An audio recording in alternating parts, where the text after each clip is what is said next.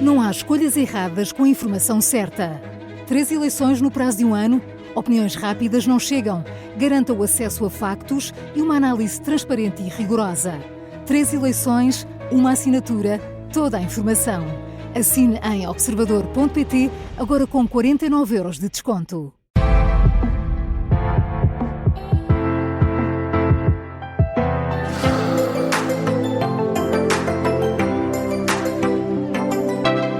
Todas as semanas na Rádio Observador recebemos a nutricionista Mariana Chaves com o Aprender a Comer. Olá, Mariana. Olá, Nelson. Olha, já segue os 3 pilares de uma alimentação saudável? Ponto de interrogação. É o título do episódio desta semana. Isto porque, de facto, há tanta informação. Por acaso, há bons livros sobre isto. Há um que eu conheço, que é o Aprender a Comer, que é muito jeitoso. Mas há tanta informação sobre o que é comer bem. E se eu tivesse que escolher aqui 3 pilares, o que é mesmo essencial para uma alimentação saudável? Conseguimos? Olha, conseguimos, mas digo-te que foi um esforço grande da minha parte. Porque havia muita coisa que eu queria pôr e às tantas achei, vou pôr 5, vou pôr 6. Não, eu vou pôr mesmo só 3. E realmente isto não pode ser complicado. Portanto, se cumprirmos estes 3, já estamos muito bem. Quais seriam? Portanto, o primeiro seria incluir vegetais em quase todas as refeições. O segundo seria respeitar os sinais da fome e da saciedade. Que é difícil durante a época da Páscoa, como vimos no episódio da semana passada.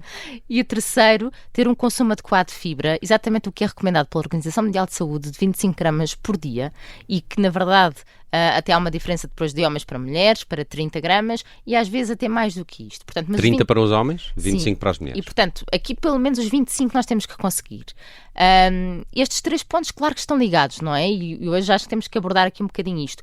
Mas são 3 pontos que já transformam uma alimentação muito mais equilibrada e de forma, eu diria, que nos dá energia, nos dá um bom humor, nos dá saúde intestinal, saúde mental. Sim, até porque a alimentação saudável está muito ligada também a isso, ao humor, à energia e não só ao controle de peso, que é uma ideia que as pessoas têm muito. Estes 25 gramas por dia de fibra, não chegamos lá se incluirmos vegetais, que eram dos teus... Certo, só que é mais difícil, não é? Portanto, a Organização Mundial de Saúde fala em nós consumimos pelo menos 400 gramas de frutas e vegetais. Por dia? Por dia. Okay. Isso são 5 porções. Uma porção é se nós fechássemos a nossa mão como se fosse um punho. Pronto, isso é uma fruta. E isso será mais ou menos uma dose de vegetais. Claro, quando é salada, não é exatamente esta a dose, não vai pesar o mesmo do que feijão verde, não é? Cozinhado, portanto, aí já são 2 mãos em formato de concha. Mas a verdade é que 5 porções destas, Nelson. Portanto, imagina, tens almoço e jantar, já fizeste uma mão de vegetais cozinhados, uma fruta.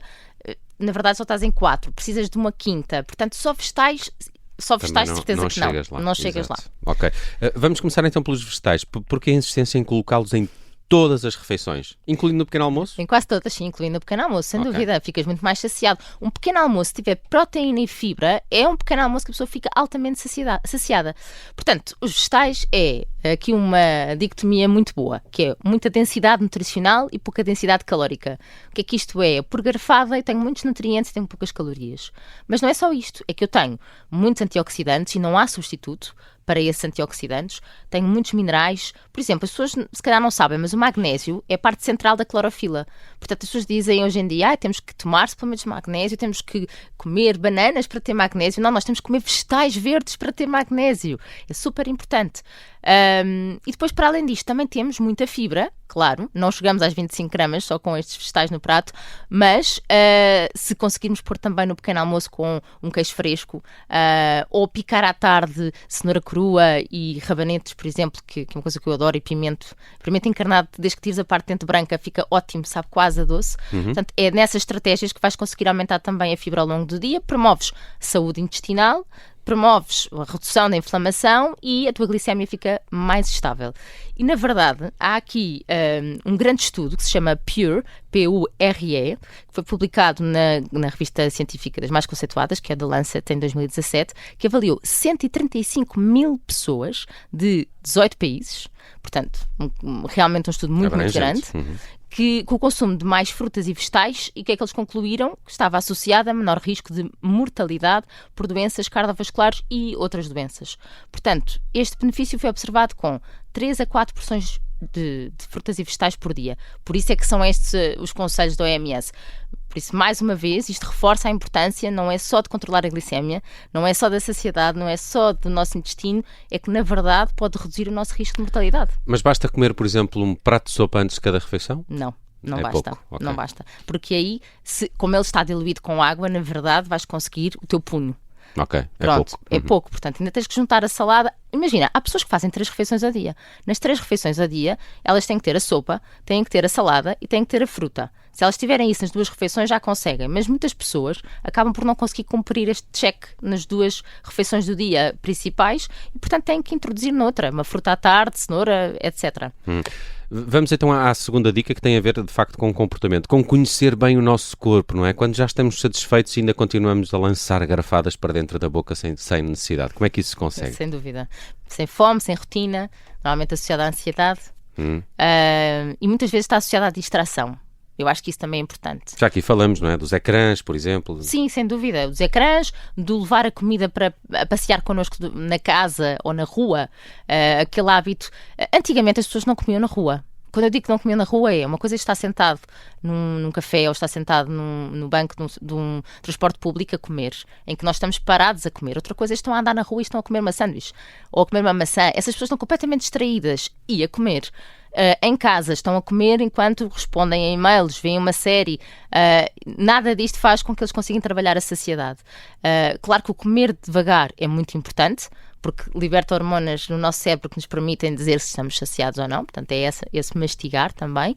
Mas as distrações é realmente essencial controlar isso, porque nós devemos perguntar a nós próprios, que é, estou a comer porque tenho fome ou por outro motivo?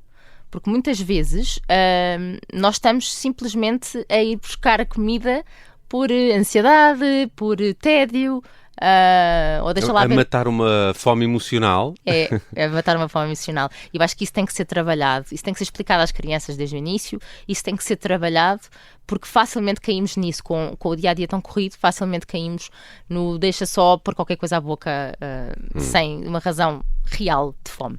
Vamos à terceira dica, fibra, porque esta é um bocadinho menos falado, mas pelo que percebi também fundamental. Porquê e qual é que é a melhor forma de ir buscar, se calhar, ao longo do dia, não é? Sim, eu acho que até muitas vezes é pouco falado porque não nos dá calorias, não é? Portanto, nós quando falamos, fala-se muito da proteína, não é? Que a proteína, e eu tive indecisa aqui, se punha a proteína ou se punha a fibra.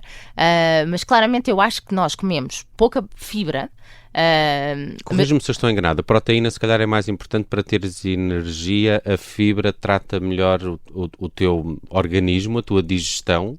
A proteína é fundamental para a energia, mas também para produzir músculo, produzir hormonas, produzir células de recuperação. A fibra? A proteína. A proteína, claro. Para sim, produção. Sim. É como se fosse um tijolo de formação de alguma coisa. Ok. Mas a verdade é que também tem vindo a ser associado, como é associado à produção de qualquer célula no nosso corpo, a nós temos também mais saúde mental, mais energia, e a fibra é mais o controlo, ou seja, é o controle da absorção de coisas, da glicémia, do colesterol, também é o alimento da microbiota do nosso intestino, ou seja, se queremos uma microbiota diversificada e saudável, que são as ditas bactérias e outros micro-organismos que lá vivem, nós temos que lhes dar a comida que elas precisam, que é fibra.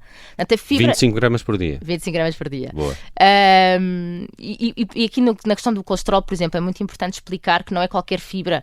Há fibras, por exemplo, como o beta-glucano da aveia, que consegue ter muito mais eficácia. Portanto, é só comer aveia, atenção. Okay. E o farelo da aveia tem mais desta fibra do que a farinha da aveia, porque o farelo vem da casca da aveia. É aí que nós temos grandes estudos a falar do controle do colesterol com a aveia, por causa dessa fibra, o beta-glucano, que reduz a absorção a nível intestinal.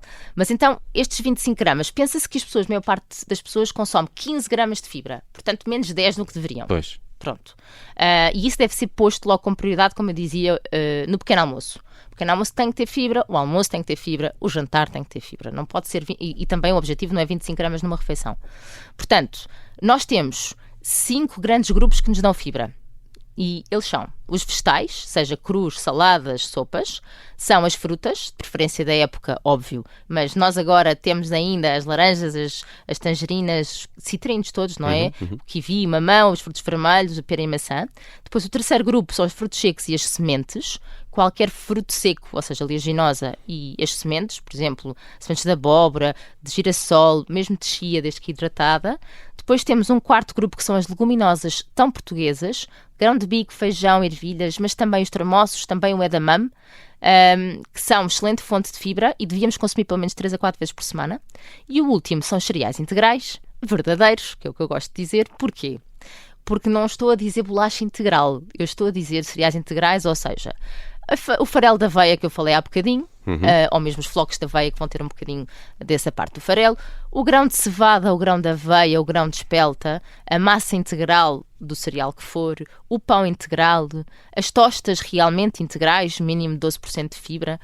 Portanto, é esse tipo de fibra que eu estou a procurar e não um produto ultraprocessado que vai ter muito mais do que só estes cereais integrais. Vai ter xaropes, vai ter conservantes e não é isso que eu quero. Ajuda, por exemplo, ter se calhar sempre em casa legumes congelados, não é? Sim. Ter vegetais já cortados, fazer uma sopa grande que dá logo para vários dias. Isso. E vamos continuando a fazer cozer as leguminosas e guardá-las no frigorífico. Assim, a cada refeição podemos sempre juntar um bocadinho desse objetivo das 25 gramas por dia. Muito rapidamente, Mariana, estas 3 dicas parecem de facto até fáceis de aplicar. Quem quer começar hoje, qual é que é a primeira mudança? Pode ser começar por fazer estas coisas, congelar, preparar antecipadamente? Sim, sem dúvida. A questão da fibra deve ser de forma crescente, porque quem não consome quase fibra nenhuma, quem não consome frutos secos e cereais integrais, se de repente colocasse isto tudo para ter as 25 gramas, possivelmente ia ter efeitos intestinais. Portanto, é de forma gradual, mas primeiro que tudo pensar naquele primeiro ponto